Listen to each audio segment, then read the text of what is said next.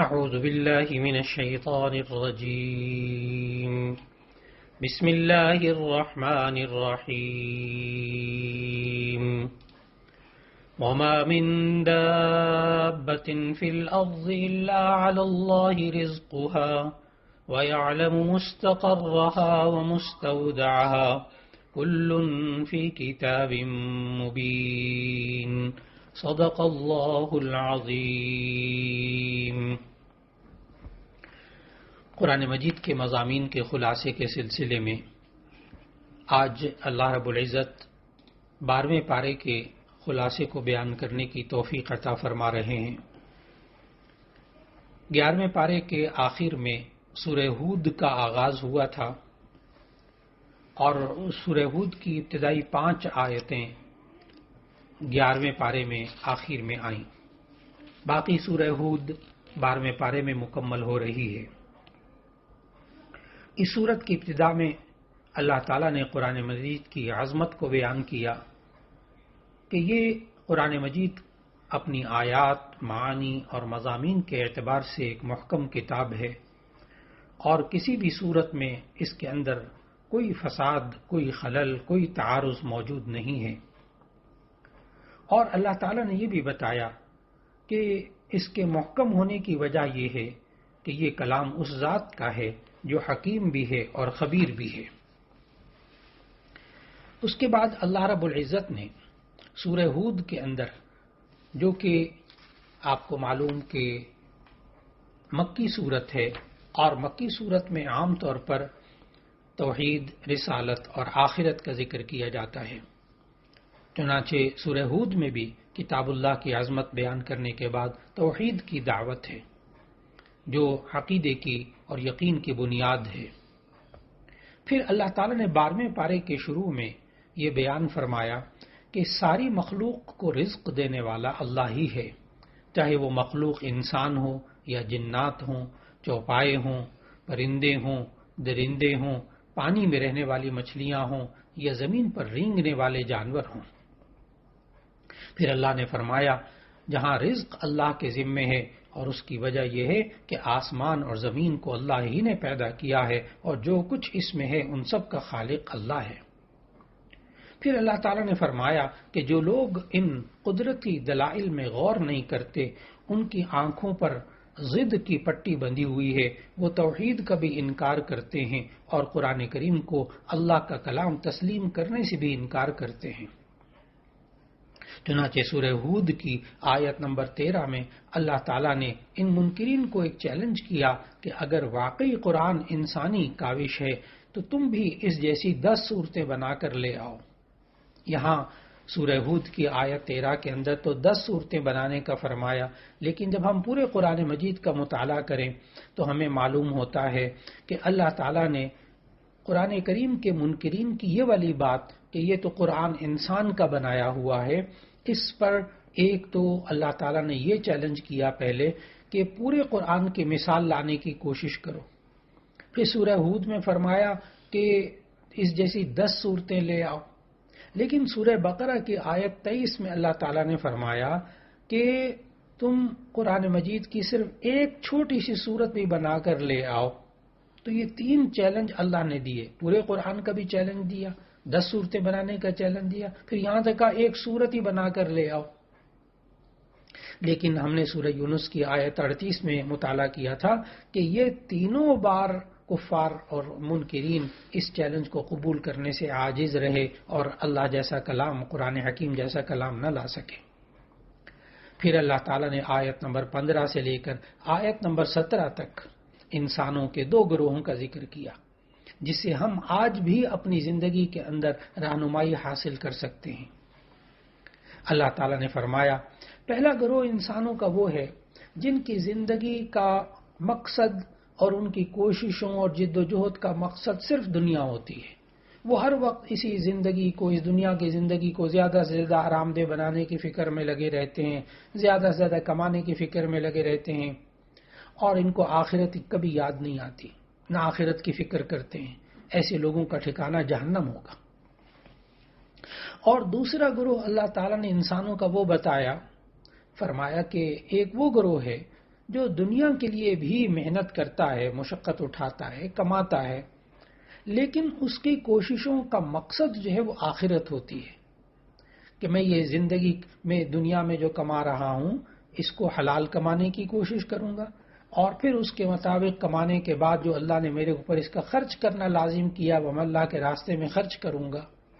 تو ایسی صورت میں یہ انسان ساری کرتا یہ بھی دنیا کے کام ہے، لیکن اس کی کوششوں کا مقصد آخرت ہوتی ہے، آخرت کو بنانا مقصود ہوتا ہے، وہ اخروی زندگی کو ہی سامنے رکھ کر ساری زندگی کو گزارتا ہے۔ اللہ تعالیٰ نے فرمایا یہی لوگ کامیاب لوگ ہیں۔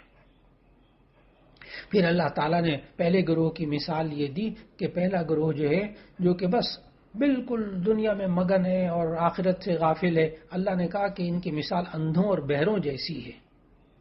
اور دوسرا جو گروہ جو کہ دنیا کے اندر رہتے ہوئے اپنی آنکھوں کو کھول کر رکھتا ہے اور آخرت کی فکر کرتا ہے، تو اللہ تعالیٰ نے فرمایا دوسرے گروہ کی مثال جو ہے وہ ان لوگوں جیسی جن کو اللہ نے بینائی بھی دی ہو اور سننے کی طاقت بھی دی ہو۔ پھر اللہ رب العزت نے اگلی آیات کے اندر ہمیں سمجھایا کہ مختلف قوموں کے واقعات، مختلف انبیاء کے واقعات تفصیل سے ذکر فرمائے۔ چنانچہ سورہ ہود کے اندر اللہ تعالیٰ نے اسی ترتیب سے تقریباً 6 انبیاء کے حالات کا ذکر کیا۔ ایک تو حضرت نوح علیہ السلام کے حالات کا ذکر کیا آیت نمبر 25 سے لے کر آیت نمبر 49 تک۔ پھر حضرت ہود علیہ السلام کے حالات کا ذکر کیا آیت نمبر 50 سے آیت نمبر 60 تک، اسی کی وجہ سے سورت کا نام سورہ ہود رکھا گیا۔ پھر نمبر 3 حضرت صالح علیہ السلام کے حالات کا ذکر کیا جو آیت نمبر 61 سے لے کر آیت نمبر 68 تک ہیں۔ پھر نمبر 4 اللہ تعالیٰ نے حضرت لوط علیہ السلام کے حالات کا ذکر کیا جو سورہ ہود کے آیت نمبر 69 سے لے کر آیت نمبر 83 تک ہے۔ پھر نمبر 5 حضرت شعیب علیہ السلام کے حالات کا ذکر کیا جو آیت نمبر 84 سے آیت نمبر 95 تک ہیں۔ پھر نمبر 6 حضرت موسیٰ اور حضرت ہارون علیہ السلام کے واقعات کا ذکر کیا جو سورہ ہود میں آیت نمبر 96 سے آخر تک بیان ہو رہے ہیں۔ چنانچہ جب ہم ان حالات کا جو اللہ تعالیٰ نے ہمارے لیے بیان کیے، جو ہمارے لیے عبرت ہے اور ہمارے لیے ایک سبق ہیں، ایک ایک واقعے کے اندر اللہ تعالیٰ نے انسانوں کے لیے، قیامت تک کے آنے والے انسانوں کے لیے اللہ تعالیٰ نے وہ سبق بتائے کہ ان انسانوں کو وہ سبق ذہن میں رکھنا چاہیے۔ آیت نمبر 25 سے اللہ تعالیٰ نے نوح علیہ السلام کا ذکر کیا آیت نمبر 49 تک، جن کا خلاصہ یہ ہے کہ اللہ تعالیٰ نے کہا کہ ہم نے نوح علیہ السلام کو ان کی قوم کی طرف بھیجا، انہوں نے یہ کہا دیکھو میں واضح طور پر تمہیں ڈرانے والا ہوں کہ اللہ کے علاوہ کسی کی عبادت نہ کرو۔ اس قوم نے آگے سے یہ کہنا شروع کیا ہم نے تو آپ جیسا کوئی انسان نہیں دیکھا ایسا، اور ہم تو جب مانیں گے جب کہ ہمیں کوئی معجزہ دکھائیں۔ اور پھر حضرت نوح علیہ السلام نے اس قوم سے یہ بھی کہا کہ میری قوم میں تم سے کوئی مال نہیں مانگتا، میری اجرت تو اللہ کے ذمے ہے۔ پھر اس کے بعد حالات ایسے آتے ہیں کہ حضرت نوح علیہ السلام منع کرتے رہے، 950 سال وہ اپنی قوم میں رہے۔ اس قوم نے آگے سے کہا، ان لوگوں نے کہا اے نوح تو نے ہم سے بہت جھگڑ لیا، بہت زیادہ جھگڑا کر لیا، لیکن اب ایسی صورت میں یہ ہے کہ ہم نہیں ماننے والے۔ پھر ایسی صورت میں حضرت نوح علیہ السلام کی طرف اللہ تعالیٰ نے حکم دیا کہ آپ ایک کشتی بنائیں۔ سورہ ہود کے اندر یہ تفصیلات بیان ہوئی، اور جب وہ کشتی بنانے لگے تو ایسی صورت میں جو لوگ، کیونکہ وہاں نہ پانی تھا، نہ سمندر تھا قریب، نہ پانی تھا، جب وہ کشتی بنا رہے تھے تو اللہ تعالیٰ نے سورہ ہود کی آیت نمبر 38 میں بتایا کہ یہ لوگ نوح علیہ السلام کے پاس سے گزرتے تھے اور مذاق اڑاتے تھے، یہ کشتی کیسی تیار کر رہے ہیں، پانی تو ہے نہیں۔ پھر اللہ تعالیٰ نے آگے فرمایا کہ جب پانی نے جوش مارا اور زمین میں سے پانی نکلنے لگا تو اللہ تعالیٰ نے نوح علیہ السلام سے فرمایا کہ ہر جانور کا جوڑا جوڑا اپنے ہاں سوار کر لے، اور جو لوگ آپ کے اور ایمان لائے ہیں ان کو بھی اپنے ساتھ اس کشتی میں سوار کر لیں۔ اور پھر ایسا ہوتا ہے کہ پانی بلند ہوتا چلا جاتا ہے، لیکن نوح علیہ السلام کا بیٹا جو نوح علیہ السلام کا نافرمان تھا وہ نہیں آیا کشتی کے اندر، حضرت نوح علیہ السلام نے اس کو پکارا بھی، یا بنی ارکب معنا ولا تکن مع الکافرین، اے میرے پیارے بیٹے تو میں ہمارے ساتھ سوار ہو جا، کافروں میں سے مت ہو۔ اس نے بھی آگے سے دلیل دی بیٹے نے اور بتا دیا کہ نہیں سآوی الی جبل یعصمنی من الماء، میں تو پہاڑ کے پناہ لے لوں گا، بس وہ مجھے بچا لے گا پانی سے۔ اس پر نوح علیہ السلام نے سمجھایا کہ آج کے دن اللہ کے حکم کے علاوہ کوئی نہیں بچا سکتا، یہاں تک کہ وہ غرق ہو گیا، ڈوب گیا۔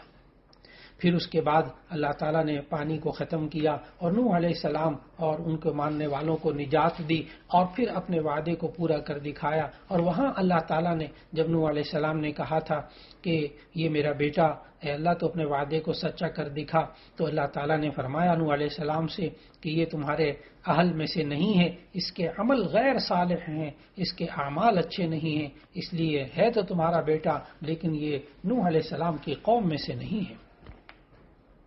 پھر اس کے بعد اللہ تعالیٰ نے آیت نمبر 50 سے ہود علیہ السلام کا ذکر کیا، جس پر اس سورت کا نام سورہ ہود رکھا گیا۔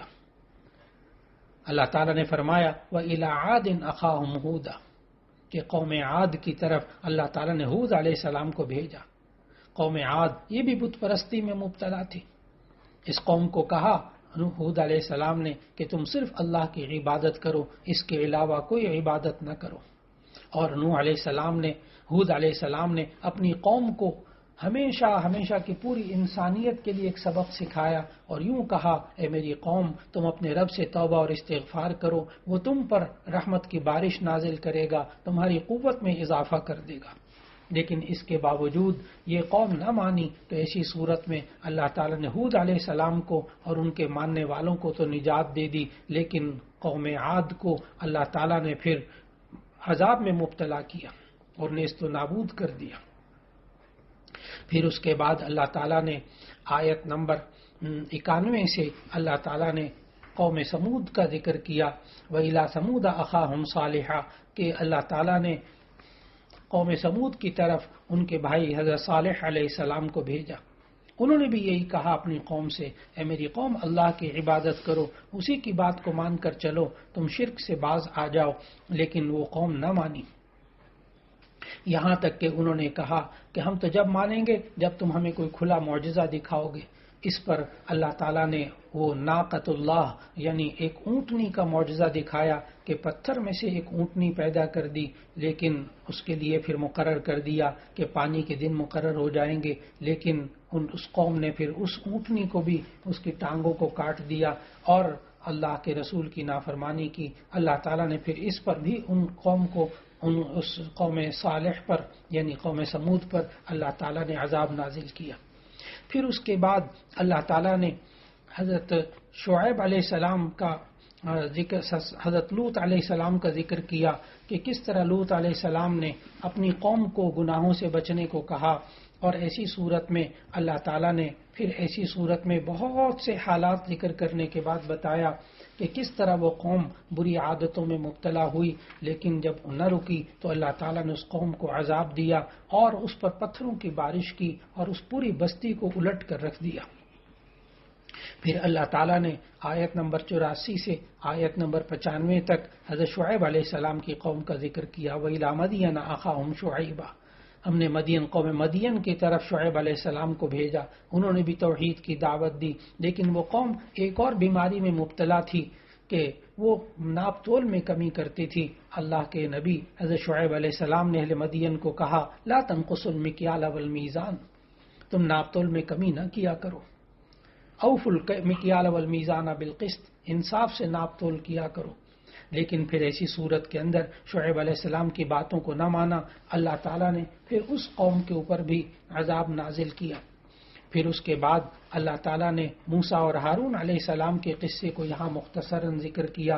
کس طرح اللہ تعالیٰ نے بنی اسرائیل کی طرف ان کو بھیجا اور پھر اللہ تعالیٰ نے ان کو کتاب بھی دی جس میں لوگوں کے لیے ہدایت تھی، لیکن ایسی صورت کے اندر ان لوگوں نے موسیٰ اور ہارون کی باتوں کو نہ مانا اور ایک وقت ایسا آیا کہ وہ بھی شرک میں مبتلا ہوئے۔ اسی کے ساتھ سورہ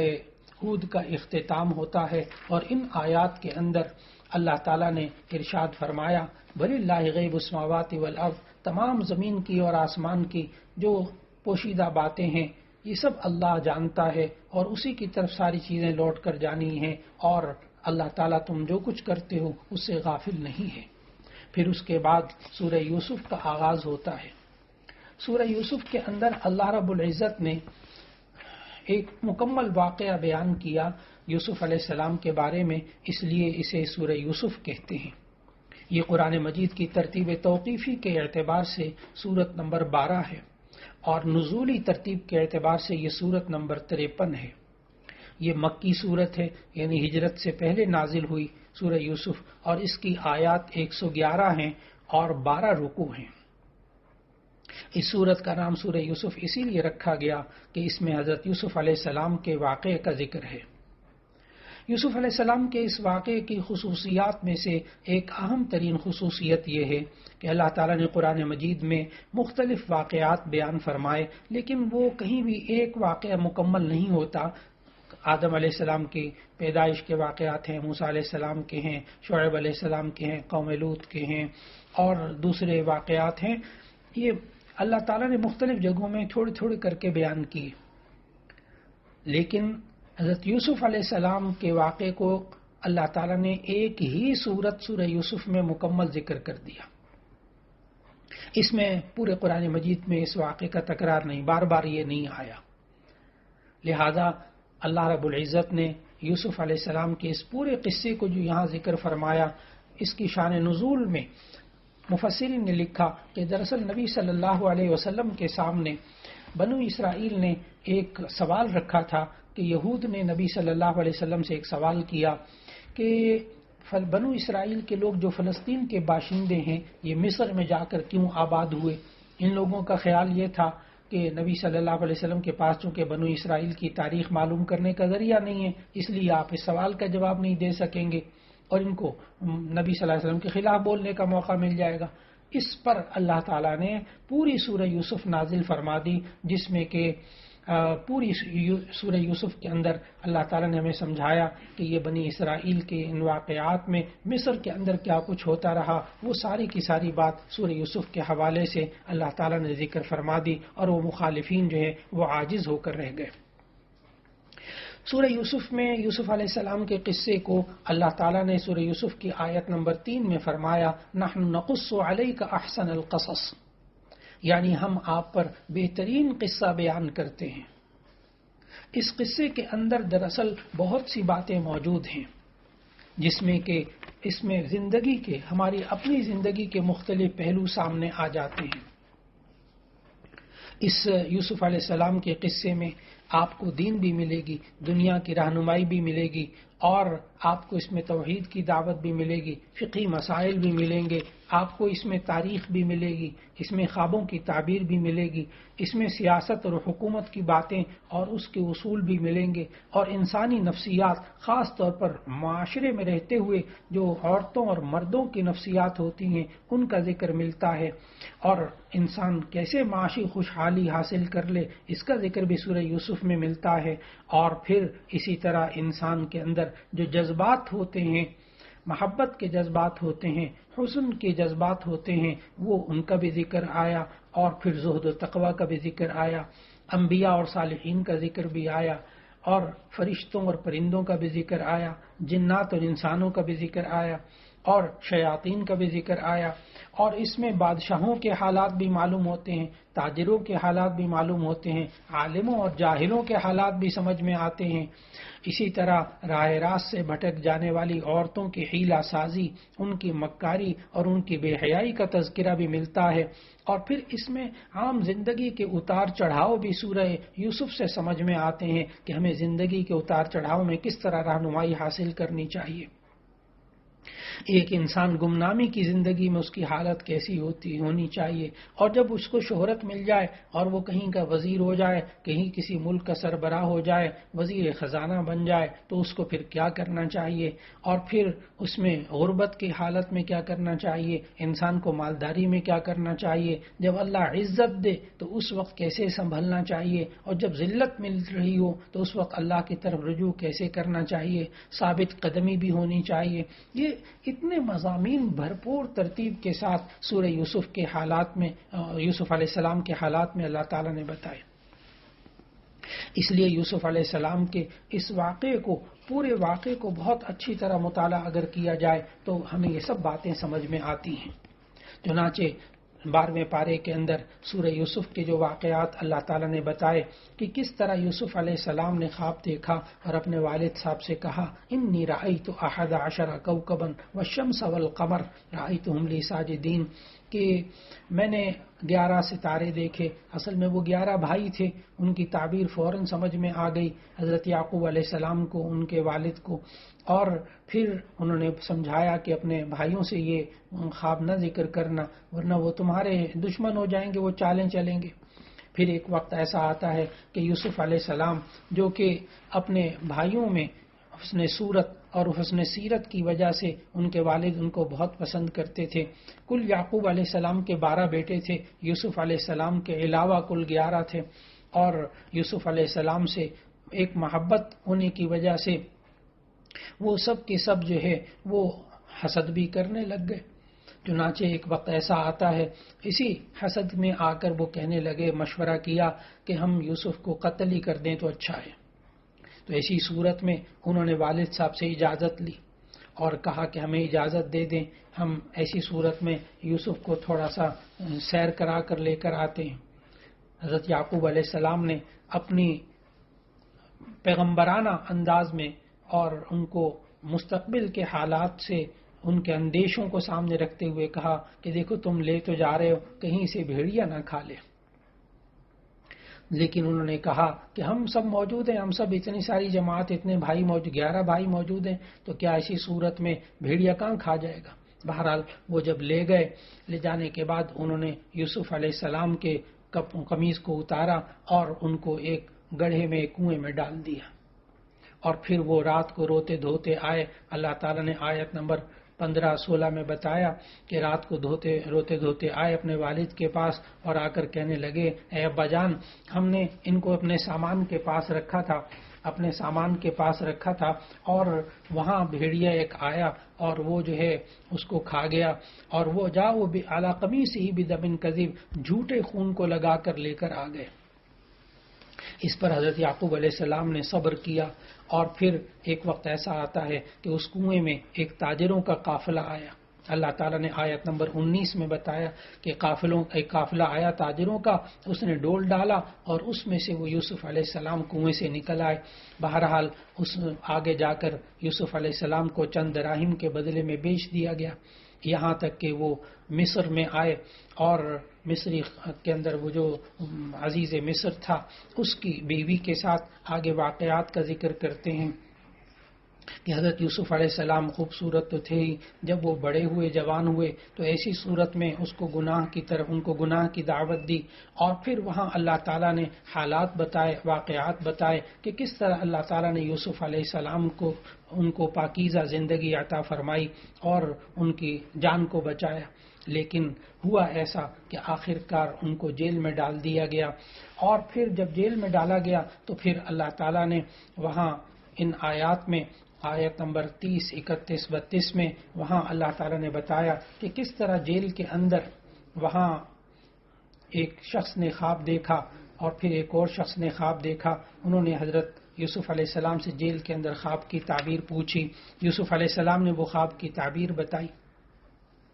ایک نے تو یہ خواب دیکھا کہ انی ارانی اعصر خمرہ، کہ میں شراب نچوڑ رہا ہوں، اور دوسرے نے خواب میں یہ دیکھا کہ میں نے اپنے سر پہ روٹیاں اٹھائی ہوئی ہیں جس میں سے پرندے اس میں سے کھا رہے ہیں. ان دونوں نے جب حضرت یوسف علیہ السلام سے خواب کی تعبیر مانگی تو حضرت یوسف علیہ السلام نے خواب کی تعبیر بتائی اور فرمایا کہ ایک تو ایسا ہے اس میں سے کہ جس کے سر پہ روٹیاں تھیں اس کو تو پھانسی پہ چڑھایا جائے گا، اور ایک جو ہے وہ یہ ہے کہ وہ شراب کشی کرتا رہے گا، وہ بچ جائے گا. اور پھر اس کے بعد جب یہ تعبیر بتا دی اور وہ تعبیر پوری ہو گئی، یہ دونوں نوجوان جیل میں سے نکلتے ہیں. وہ جو نوجوان قیدی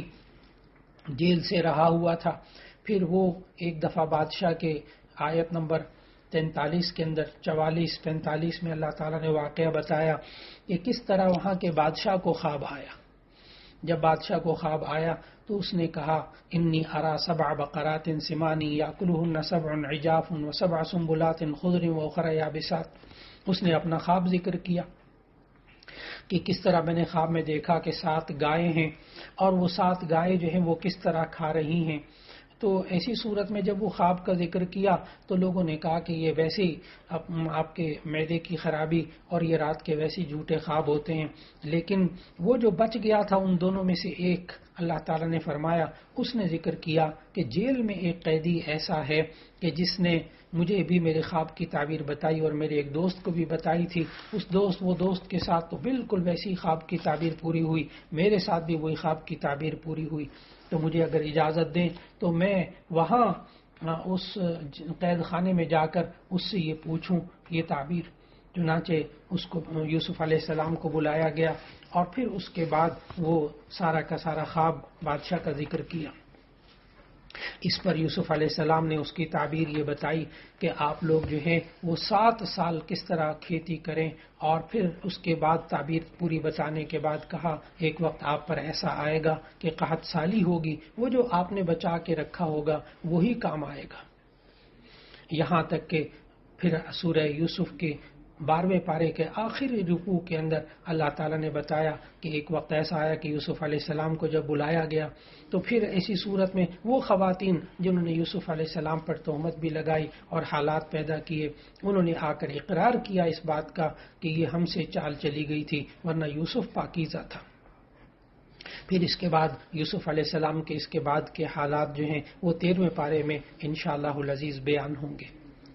اللہ رب العزت ہمیں ان واقعات سے اپنی زندگی کے اندر خوب سبق حاصل کرنے کی توفیق عطا فرمائے، اور سورہ یوسف کے اندر خاص طور پر جو اللہ تعالیٰ نے معاشرتی حالات اور ملکی حالات اور ان کی تدابیر کے جو طریقہ یہ بتایا کہ جو بندہ اپنی زندگی اللہ کے حکم کے مطابق گزارتا ہے اللہ تعالیٰ اس کو حالات تو آتے ہیں لیکن بہرحال وہ دنیا میں بھی کامیاب انسان کی زندگی گزارتا ہے اور آخرت میں بھی اللہ تعالیٰ اس کو کامیاب زندگی عطا فرماتا ہے. سورہ یوسف کے اس واقعات کا 13ویں پارے میں پھر آگے ذکر ہوگا انشاءاللہ العزیز. اس باقی واقعات کو 13ویں پارے میں ہم اس کا مطالعہ کر سکیں گے. وآخر دعوانا ان الحمد للہ رب العالمین.